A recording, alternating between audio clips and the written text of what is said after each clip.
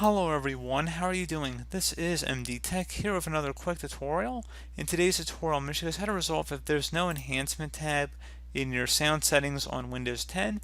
So this should hopefully be a pretty straightforward tutorial here, guys, and without further ado, let's go ahead and jump right into it. So we're going to start off by opening up the Start menu. Just left click on the Start button one time.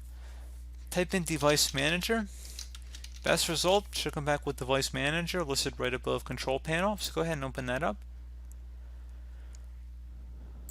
You want to expand the Sound, Video, and Game Controller section, double click on it, and then whatever your sound device that you're having the issue with is, you want to right click on it and select Update Driver. You want to go ahead and select the driver.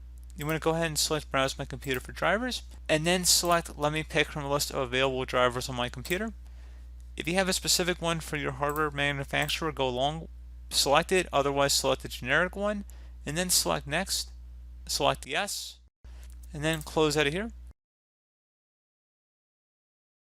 Now you should go ahead and restart your computer, and once you restart the computer, there should be an enhancement tab in the sound settings.